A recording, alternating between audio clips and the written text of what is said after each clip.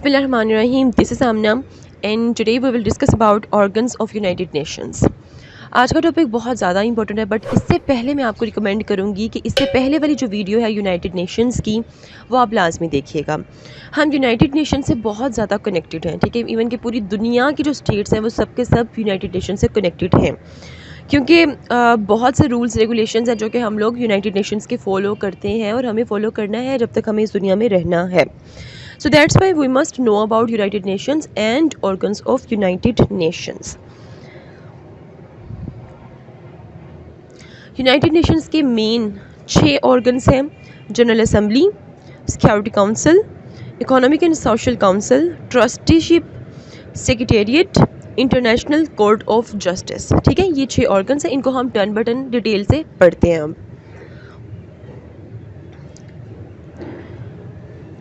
आगे जाने से पहले मैं आपको एक बात क्लियर करती जाऊं कि ये जो आज का टॉपिक है ये आपके पीपीएससी के एग्ज़ाम में भी बहुत ज़्यादा हेल्प देगा। रीज़न बिहाइंड दैट ये है कि बहुत से एमसीक्यूज़ ऐसे आपके पास पेपर्स में मिलेंगे जहाँ पे उन्होंने पूछा हुआ है कि भाई कौन कौन से ऑर्गन्स हैं। उन्होंने ये पूछा हुआ है कि भाई एक जो जितनी भी स्टेट्स हैं उनकी फुल रिप्रेजेंटेशन कौन से ऑर्गन में होती है। ठीक है, तो आप लोग को पता होना चाहिए कि ऑर्गन्स कितने हैं और कहाँ किस किस मेंबर की कितनी रिप्रेजेंटेशन है। All were established in 1945 when the United Nations was founded. अब ये जो ऑर्गन्स हैं यूनाइटेड नेशंस के, ये सब कब बने थे? 1945 में, जब यूनाइटेड नेशंस बनी थी तभी ये सब ऑर्गन्स जो से थे वो बन गए थे। सबसे पहले हम डिस्कस करेंगे जनरल असेंबली के बारे में। General assembly main deliberative organ of united nation.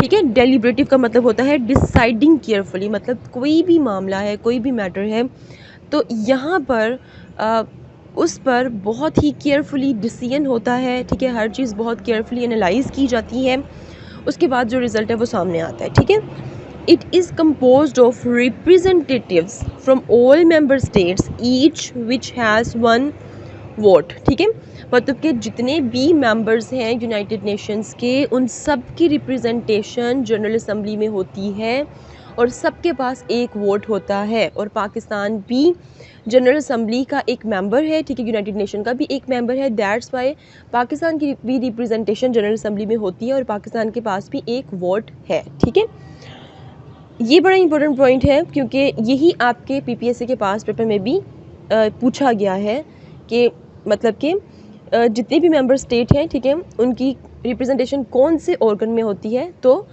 General assembly वाले ऑर्गन में होती है। ठीक है, इसको याद रखिएगा।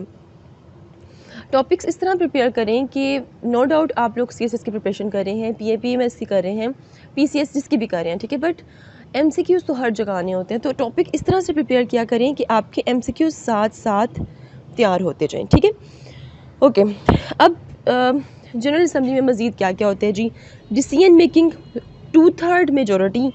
फ़र्ज़ करो कि कोई मामला है किसी पीस सिक्योरिटी का या फिर बजटरी मैटर्स का, ठीक है, या फिर एडमिशन ऑफ न्यू मेंबर, या मतलब कि यूनाइटेड नेशन में किसी नई स्टेट को ऐड करना हो या बजट का कोई मैटर हो। ठीक है, तो इस तरह के मैटर में डिसीजन मेकिंग होती है, मतलब जितनी भी मेंबर स्टेट है उन सबसे पूछा जाता है। 2/3 जो मेजॉरिटी होती है, ठीक है, उनका जो आंसर होता है, ठीक है, उसको मद्देनज़र रखते हुए फ़ैसला हो जाता है। सो 2/3 को आपने जहन में रखना है। Seating arrangements changes each session in General Assembly whole. इसके अलावा आपको पता है कि जनरल असेंबली के सेशंस होते हैं और वहाँ पर आप अगर अभी भी गूगल करें, ठीक है, तो आप लोगों को नज़र आएगा कि वहाँ पर डिफरेंट चेयर्स बनी होती हैं। ठीक है, कुछ चेयर सबसे आगे होती है, दैन उससे पीछे, फिर उससे पीछे, उससे पीछे। तो हर सेशन में क्या होता है कि सिटिंग अरेंजमेंट डिफरेंट होती है।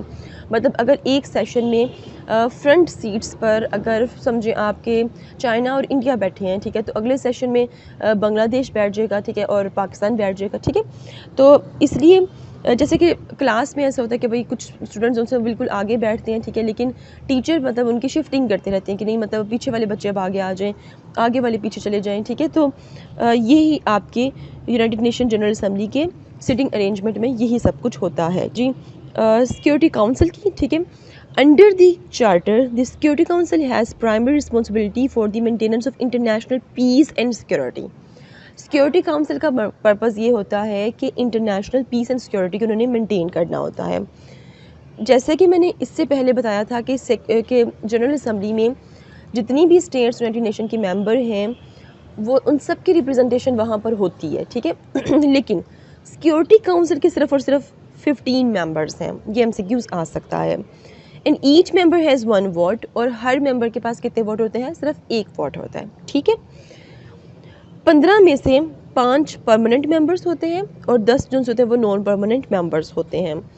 और ये जो नॉन परमानेंट मेंबर्स होते हैं ये सिर्फ 2 साल के लिए होते हैं, ठीक है। फिर अगले जो 2 साल होंगे वो मज़ीद कोई और स्टेट नॉन परमानेंट मेंबर के तौर पर सिक्योरिटी काउंसिल में आ जाएगी।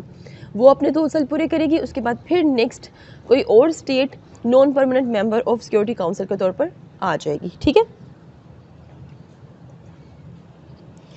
देन उसके बाद है जी security council president changes every month on rotation, ठीक है। इसके अलावा सिक्योरिटी काउंसिल के जो प्रेसिडेंट हैं वो हर महीने चेंज होते रहते हैं। परमानेंट मेंबर कौन कौन से हैं? यहाँ पे मैंने भी आप लोगों को बताया ना कि मतलब 15 मेंबर्स में से 5 क्या होते हैं? परमानेंट मेंबर होते हैं और 10 क्या होते हैं? नॉन परमानेंट मेंबर होते हैं। अब परमानेंट मेंबर कौन से हैं? जो मतलब जब से यूनाइटेड नेशन बनी है तब से अब तक वही 5 मेंबर जो उनसे हैं वो परमानेंट मेंबर हैं। China, France, Russian Federation, United Kingdom and United States, ठीक है। ये 5 के हैं जी, ये permanent member of security council है। This slide is very important. यहाँ पे आपको मैं वीटो पावर के बारे में बताऊंगी और यहाँ पे थोड़ा सा आप लोगों को बताऊंगी भाई अनडेमोक्रेटिक प्रैक्टिसेस भी यूनाइटेड नेशन में होती हैं। तो वीटो पावर क्या होता है पहले उसको अंडरस्टैंड कर लेते हैं। The power of permanent member to veto any resolution of security council. Veto का मतलब होता है रिजेक्ट करना, ठीक है। मतलब कि जो परमानेंट मेंबर होते हैं सिक्योरिटी काउंसिल के, जो मैंने आप लोगों को अभी 5 बताए हैं, उनके पास ये पावर होती है कि अगर कोई रेजोल्यूशन सिक्योरिटी काउंसिल ने पास की है और उनमें से किसी एक को पसंद नहीं आई है तो वो उसको रिजेक्ट कर सकते हैं, ठीक है। और ये जो पावर है ये सिर्फ 5 स्टेट्स को ही दी गई है। Most undemocratic character of united nation, और ये पूरी दुनिया में बहुत ही अनडेमोक्रेटिक करैक्टर समझा जाता है यूनाइटेड नेशन का, क्योंकि सब इक्वल होने चाहिए ना, ठीक है, तभी डेमोक्रेसी नज़र आएगी ना आपको इस ऑर्गेनाइजेशन में। लेकिन यहाँ पर ये काम किया हुआ है कि इन 5 को अथॉरिटी दे दी गई है वीटो पावर की, ठीक है। A member state of United Nations which is not a member of Security Council may participate in discussions without a vote when the council consider that country interest are affected. अब देखें, फ़र्ज़ करें, ये बड़ा important point है, फ़र्ज़ करो कि अगर कोई मसला है पाकिस्तान का, ठीक है, और वो ऐसा मसला है कि उसको इंटरनेशनल ऑर्गेनाइजेशन में उसको लेके जाना पड़ेगा, ठीक है। जैसे कि पाकिस्तान और इंडिया का मसला है, ठीक है, दोनों मिलके बैठ के उसको हल नहीं कर सकते तो उसको इंटरनेशनल ऑर्गेनाइजेशन मतलब यूनाइटेड नेशन में लेके जाना पड़ेगा। अब क्या होगा? अब ये अलाउ है कि वहाँ पर मतलब कि सिक्योरिटी काउंसिल के मेंबर्स बैठें, ठीक है, प्लस इंडिया भी वहाँ पर जा सकता है, प्लस पाकिस्तान भी वहाँ पर जा सकता है, चाहे वो सिक्योरिटी काउंसिल के मेंबर हैं या नहीं है। और उनका जो मसला है, ठीक है, उसको उस पर डिस्कशन कर सकते हैं, लेकिन वो वोट नहीं दे सकते हैं, ना पाकिस्तान और ना इंडिया, सिर्फ डिस्कशन कर सकते हैं। फैसला जो उनका होगा वो सिक्योरिटी काउंसिल का होगा, और वोट देने की जो पावर होगी वो सिर्फ और सिर्फ परमानेंट मेंबर की होगी और नॉन परमानेंट मेंबर की होगी। पाकिस्तान इंडिया के पास वो वाली पावर नहीं होगी, सिर्फ वो डिस्कस कर सकते हैं, क्योंकि उनके कंट्री का जो इंटरेस्ट है वो वहाँ पर इफेक्ट हो रहा है, ठीक है। और अगर वहाँ पर वो प्रेजेंट नहीं होगे तो डेफिनेटली वो इफेक्ट होगा।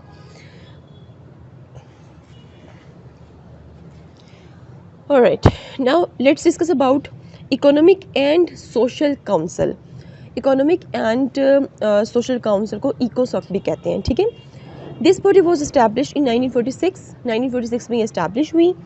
The place where the words economic, social and environmental challenges are discussed, debated and policy recommendation issues, ठीक है। इस ऑर्गन में दुनिया की economy plus social plus environmental challenges जो उनसे हैं उनको डिस्कस किया जाता है, उन पे पॉलिसीज़ बनाई जाती हैं, ठीक है, और उसके बाद फिर उस पर अमल करवाया जाता है, ठीक है।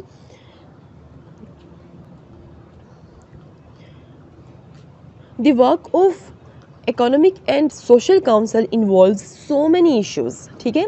सिर्फ इकोनॉमिक, सोशल, एनवायरमेंटल इश्यूज़ पे या चैलेंजेस पे ये काम नहीं करती, बल्कि इसके अलावा भी बहुत से इश्यूज़ पे ये ऑर्गन काम करती है। It has many commissions to help it, ठीक है। मतलब कि इस ऑर्गन में डिफरेंट कमीशंस बनाए गए हैं कि भाई इस कमीशन का काम है कि उसने इस रीजन को देखना है, इस कमीशन का काम है कि उसने इस रीजन को देखना है, इस कमीशन का काम है कि उसने ये काम देखना है। मतलब हर कमीशन को उनके स्पेसिफिक काम बता दिए गए हैं, स्पेसिफिक रीजन्स बता दिए गए हैं कि यहाँ यहाँ आपने ये काम करने हैं।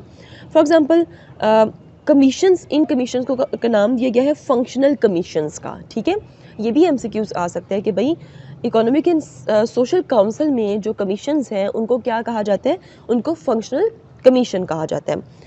दे meet regularly and report back to it on such issues, ठीक है। अब कौन कौन से इश्यूज़ हैं वो, human rights, social development, status of women, crime prevention, narcotic, drugs and science and technology आ जाएगा, ठीक है। मतलब ये सारे इश्यूज़ हैं, इन पर ये लोग काम करते हैं, डेली मिलते हैं, जो भी रिपोर्ट एक दूसरे को देनी होती है ये कमीशंस एक दूसरे को डिलीवर करते हैं, ठीक है। और पूरी दुनिया में ये लोग ये काम करते हैं। देन उसके बाद है जी ये जो काउंसिल है, ये जो ऑर्गन है, इसके 54 मेंबर्स हैं।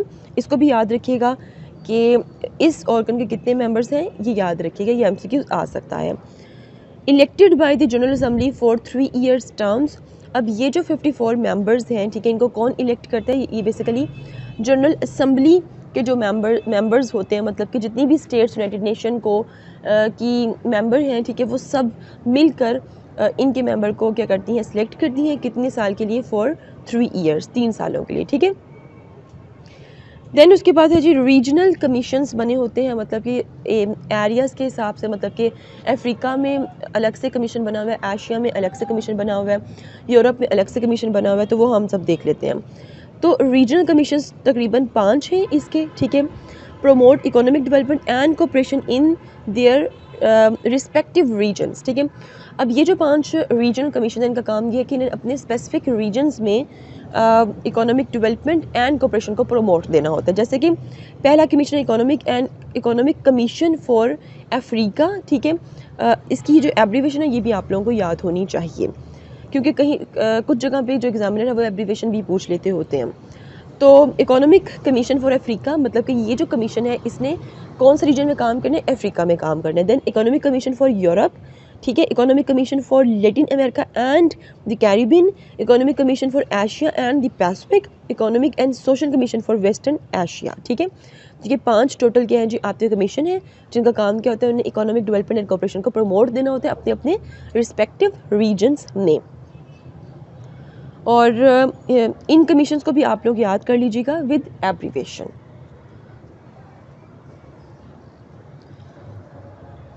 Alright, trusteeship, this was established to provide international supervision of 11 trust territories and to make sure that adequate steps were taken to prepare the territories for self government and independence, ठीक है। जब United nation बनी थी तब ये organ बना था, और बेसिकली अब एज सच ये जो ऑर्गन है, ये जो काउंसिल है, ये एग्जिस्ट नहीं करता। क्यों? क्योंकि इसका काम ये था कि उस वक़्त 11 ट्रस्ट टेरिटरीज़ थी, मतलब कि 11 ऐसी टेरिटरीज़ थी जिनके पास अपनी खुद की गवर्नमेंट नहीं थी, मतलब कि अथॉरिटी नहीं थी, वहाँ पर कोई गवर्नमेंट वहाँ पर रन नहीं कर रही थी, ठीक है। तो तब ये काउंसिल बनाई गई कि भाई आपने इन 11 ट्रस्ट टेरिटरीज़ को इनकी सुपरविजन करनी है कि कहीं वहाँ पर मतलब कि कोई गलत काम ना हो, ठीक है। जैसे कि वहाँ पर वो मुल्क कोलैप्स ना कर जाएं, ठीक है। तो जब तक वहाँ पर उनकी हुकूमत नहीं आती, ठीक है, उनकी सॉवरेनिटी मेंटेन नहीं होती, तब तक इस ऑर्गन का काम था उनको सुपरवाइज करते रहना। Aims of trusteeship system got fulfilled in 1994, ठीक है। 1994 में इस काउंसिल का मकसद पूरा हो गया, ठीक है। All trust territories attained self government और independence either as separate states और by joining neighbours independent countries, ठीक है। क्योंकि जितनी भी ये 11 टेरिटरीज थी, ठीक है, इन्होंने अपनी सेल्फ गवर्नमेंट को मेंटेन किया, ठीक है, और एक सॉवरियन स्टेट के तौर पर बन गई, ठीक है। या फिर इनमें से कुछ स्टेट्स ऐसे थे जिन्होंने अपने नेबर कंट्रीज़ को ज्वाइन किया और उनका हिस्सा बन गए, ठीक है। तो जब ऐसा हो गया तो मतलब ये हुआ कि इस काउंसिल का काम कंप्लीट हो गया। This council suspended operation on 11 नवंबर 1994, ठीक है। तो फिर उसके बाद इस काउंसिल ने अपना जो ऑपरेशन उसको सस्पेंड कर दिया 1 नवंबर 1994 में, ठीक है। Palau last remaining UN trust territory, ठीक है, ये बेसिकली एक आखिरी टेरिटरी थी, ठीक है, जो कि सोवियन स्टेट बन गई। ठीक है, ये भी आपका एमसीक्यूज आ सकता है कि भाई वो कौन सी आखिरी टेरिटरी थी, ठीक है, जो कि जिसने सेल्फ गवर्नमेंट मेंटेन की या इंडिपेंडेंस की तरफ गई, जिस पे मतलब कि ट्रस्टीशिप जो सा है, ट्रस्टीशिप ऑर्गन जो है वो उस पर सुपरविजन करता है। तो ये आपका एमसीक्यूज आ सकता है। डिस्कस करते हैं सेक्रेटेरिएट को। compromises Secretary General and tens of thousands of international United Nation staff member. अब बेसिकली सेक्रेटेरिएट में आपके सिक्योरिटी जनरल होते हैं। ठीक है, now let's discuss about secretariat. अब इस ऑर्गन में ये जो ऑर्गन है, ठीक है, it comprises of secretary general, ठीक है, and tens of thousands of international United Nation staff members. ठीक है, अब इस काउंसिल में क्या होता है कि सेक्रेटरी जनरल होते हैं, ठीक है, और उसके अलावा थाउजेंड्स लाखों की तादाद में स्टाफ होता है, ठीक है, जो यहाँ पर काम कर रहा होता है। ठीक है, appointment of secretary general bye general assembly for a 5 year. अब सेक्रेटेरिएट के इस ऑर्गन के जो सेक्रेटरी जनरल होते हैं उनकी अपॉइंटमेंट कौन करता है? जनरल असेंबली करती है। ठीक है, कितने सालों के लिए? 5 सालों के लिए करती है। और सेक्रेटरी जनरल बेसिकली क्या होते हैं जी? Is the chief administrative officer and the head of secretariat. ठीक है, ये आपसे इसका ये भी एमसीक्यूज आ सकता है कि जो सेक्रेटेरिएट के सेक्रेटरी जनरल होते हैं उनको और कहते हैं? उनको चीफ एडमिनिस्ट्रेटिव ऑफिसर भी कहते हैं। ठीक है, और इसके अलावा उनको हेड ऑफ सेक्रेटेरिएट भी कहा जाता है। ठीक है, अच्छा, उसके अलावा current secretary general of united nation Antonio Guterres. ठीक है, ये बेसिकली करंट इस टाइम यूनाइटेड नेशन के सेक्रेटरी जनरल है। अब देखो यहाँ पे मैं ये क्यों कह रही हूँ कि current secretary general of united nation की क्यों कह रही हूँ? मैं ये भी तो कह सकती हूँ ना कि current secretary general of secretariat. ठीक है, बेसिकली जो सेक्रेटेरिएट के जो सेक्रेटरी जनरल होते हैं वो यूनाइटेड नेशन के सेक्रेटरी जनरल ही होते हैं। ठीक है, तो अगर कहीं पे ये आ जाए ना कि इस time current secretary general of united nation कौन है, तो उस टाइम आपको पता होना चाहिए कि यहाँ पे इनका नाम लिखा हुआ है, इनको आपने याद करना है। ठीक है, ये भी एमसीक्यूज आ सकता है। ये जो एंटोनियो है ये बेसिकली 9th सेक्रेटरी जनरल है यूनाइटेड नेशन के और टुक ऑफिस ऑन 2017 में इन्होंने ओहदा संभाला। इससे पहले ही served as United Nation high commissioner for refugees from 2005 to 2015। ठीक है, इससे पहले ये यूनाइटेड नेशन के हाई कमिश्नर थे, हाई कमिश्नर फॉर रिफ्यूजीज थे। ठीक है, कब से कब तक? 2005 से 2015 तक। ठीक है, he also served as prime minister of Portugal from 1995 to 2002। इसके अलावा ये प्राइम मिनिस्टर भी रह चुके हैं पुर्तगाल के। ठीक है, तो ये बड़ी बहुत ज़्यादा ऑथेंटिक इन्फॉर्मेशन है, ये भी आप लोगों को याद होनी चाहिए। देन हम बात करते हैं इंटरनेशनल कोर्ट ऑफ जस्टिस की। The court is charged with setting legal disputes between states and giving advisory opinions to the United Nations and specialized agencies। ठीक है, अब ये जो कोर्ट है ये इंटरनेशनल लॉज के मुताबिक फ़ैसले करती है डिफरेंट स्टेट्स के। फ़र्ज़ करो जैसे कि कलभूषण का एक केस था। ठीक है, कलभूषण का एक केस था जो कि मसला था पाकिस्तान और इंडिया का। ठीक है, कलभूषण पकड़ा गया था पाकिस्तान से। अब ये एक ऐसा मसला था जो पाकिस्तान की अकेली कोर्ट जोन सी थी या पाकिस्तान के जज इस पे फ़ैसला नहीं दे सकते थे और ना ही इंडिया के जज इस पे फ़ैसला दे सकते थे। डेफिनेटली इस तरह के मसले को इंटरनेशनल कोर्ट पर जाना पड़ेगा और इंटरनेशनल कोर्ट आपकी कौन सी है? इंटरनेशनल कोर्ट ऑफ जस्टिस है, जो कि यूनाइटेड नेशन का ऑर्गन है, यूनाइटेड नेशन का एक हिस्सा है। ठीक है, दैट्स वाई वो क्या करेंगे? वो इंटरनेशनल लॉ के मुताबिक कोई ओपिनियन दे सकते हैं, एडवाइजरी ओपिनियन दे सकते हैं। ठीक है, या फिर उस पर फाइनली कोई रिज़ल्ट उसका अनाउंस कर सकते हैं। ठीक है, तो इस तरह पाकिस्तान इंडिया के अलावा भी दुनिया में जितनी भी स्टेट्स हैं जो कि जिनकी खुद की जो जुडिशरी है, अगर वो कोई फ़ैसला ना ले पाए, ठीक है, ये 2 स्टेट्स का मसला हो, तो फिर इंटरनेशनल कोर्ट से रजू किया जाता है। इट कम्पोज ऑफ 15 जजेस। ठीक है, 15 जज होते हैं इसके, elected for 9 years bye United nation general assembly and security council. ठीक है, जो कि 9 साल के लिए उनको इलेक्ट किया जाता है। और कौन इलेक्ट करता है? यूनाइटेड नेशन की जनरल असेंबली और सिक्योरिटी काउंसिल। ठीक है, ये मिल के उन जजेस को क्या करते हैं? इलेक्ट करते हैं। देन है जी the seat of court is at the peace palace in the Hague Netherland. ठीक है, इससे पहले जितने भी ऑर्गन्स थे, ठीक है, यूनाइटेड नेशंस के, जो मैंने अभी आप लोगों को पढ़ा दिए हैं, वो सब कहाँ पर हैं, सब लोग वो सब उनकी जो लोकेशन है वो न्यूयॉर्क में है, ठीक है। लेकिन ये एक स्पेसिफिक ऑर्गन है यूनाइटेड नेशन का जो कि नीदरलैंड में है, ठीक है। यहाँ पे मैंने इसकी पूरी लोकेशन लिखी हुई है, ठीक है। तो ये भी आपका एक एमसीक्यूज आ सकता है कि कौन सा ऑर्गन यूनाइटेड नेशन का नीदरलैंड में है, ठीक है। तो ये भी आप लोगों को पता होना चाहिए। ऑफिशियल लैंग्वेज जो सी है इस कोर्ट की वो इंग्लिश और फ्रेंच है। ICJ इसको कहते हैं। ICJ is the successor of the permanent court of international justice. Basically ये एक international permanent court of international justice, ये इसका सक्सेसर है। मतलब कि इससे पहले जो दुनिया में कोर्ट थी इंटरनेशनल कोर्ट, वो उसका नाम क्या था, permanent court of international justice, जो कि फेल हो गई और उसके बाद फिर इंटरनेशनल कोर्ट ऑफ जस्टिस बनी। जैसे कि यूनाइटेड नेशन से पहले एक ऑर्गेनाइजेशन बनाई गई थी, लीग ऑफ नेशन, ठीक है। और जब लीग ऑफ नेशन बनाई गई थी तो उसका भी एक कोर्ट बनाया गया था जस्टिस के लिए, और उस कोर्ट का नाम था permanent court of international justice, ठीक है। तो जब लीग ऑफ नेशन फेल हो गई तो उसके बाद फिर ये जो कोर्ट बनाया गया था ये भी फेल हो गया, ठीक है। देन उसके बाद यूनाइटेड नेशन बना और यूनाइटेड नेशन के साथ उसका एक कोर्ट बनाया गया, ठीक है, जिसका नाम ICJ है।